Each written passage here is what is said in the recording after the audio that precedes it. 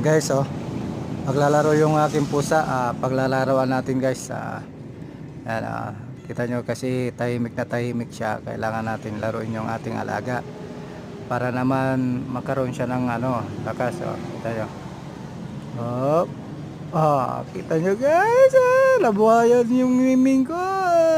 Naglaro na. Ay, ayaw pa. Ayan, tahimik kasi yan.